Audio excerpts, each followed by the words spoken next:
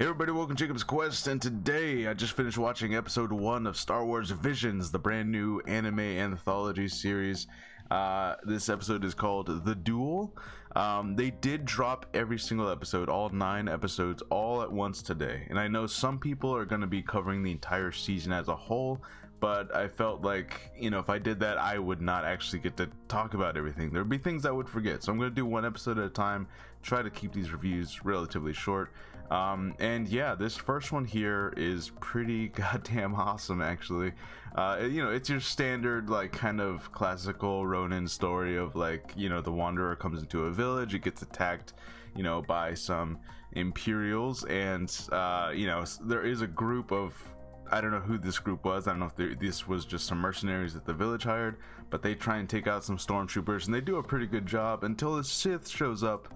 And this is the Sith who has the umbrella lightsaber that we've seen, which turns out to actually be like a thing that she can just kind of take off the lightsaber, which is pretty cool. It was it's just a really cool way of doing that, and I love the way that they kind of blended the more how would you call it, the old school Japan aesthetics with some of the Star Wars technology.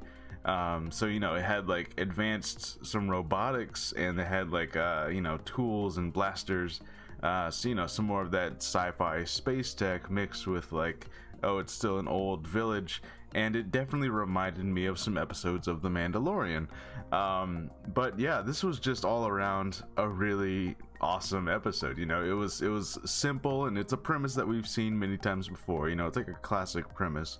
The mysterious stranger shows up and protects the village from the Sith, and of course the whole thing is that he turns out to, he's like, I'm not a Jedi. We don't know anything about this guy. I don't think we even find out, we don't know what his name is even. He's just the Wanderer, the Ronin kind of guy, right?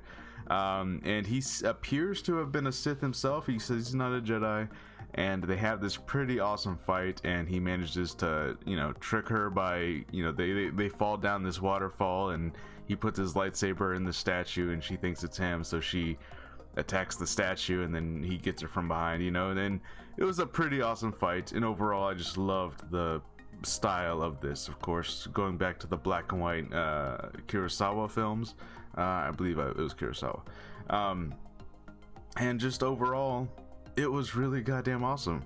This was just, and I believe there is a book about like this specific episode. I believe that there is a book already out based around this character, so maybe we'll learn even more. At the end, we see he has like some Sith crystals, Sith kyber crystals, that he even leaves with the child chief of the village, which that never gets explained. I don't know how there's this little kid as the chief.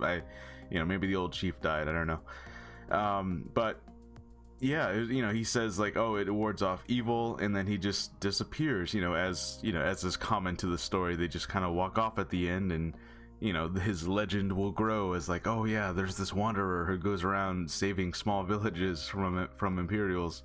And overall, I just really, really enjoyed this, and that's the biggest advantage of like this not being canon and not having to worry about any of that stuff, is that like they can just show up and they can have all this implied history of like, there was a war, and these are stormtroopers from something, and you don't need all this explanation of this and that. It's just like, she's a Sith and he was a Sith, and it's refreshing in a way, not needing all of this, like, okay, but like if this happened here, then how could that happen over here, and how could there be 2 Sith here, and how, like, you don't need any of that stuff. They can just, it just happens. It just happened at some point in its own history, in its own lore. You know what I mean? But yeah, this was really, really, it was nice to look at. It was beautiful. It was simple, but it was like really well done. And I guess that's the other thing, is that like it's okay to have like these classic premises of like, they've made thousands of movies and TV shows and books following this exact premise of the mysterious wanderer, but if you do it well enough and it looks really awesome, like it's those classic premises still work, So yeah, just overall, I really, really enjoyed this. And Something else I really want, I want action figures of this. That's my other thing. I need them to make action figures of like all of this, you know, the way the costumes that they're wearing, the style of it.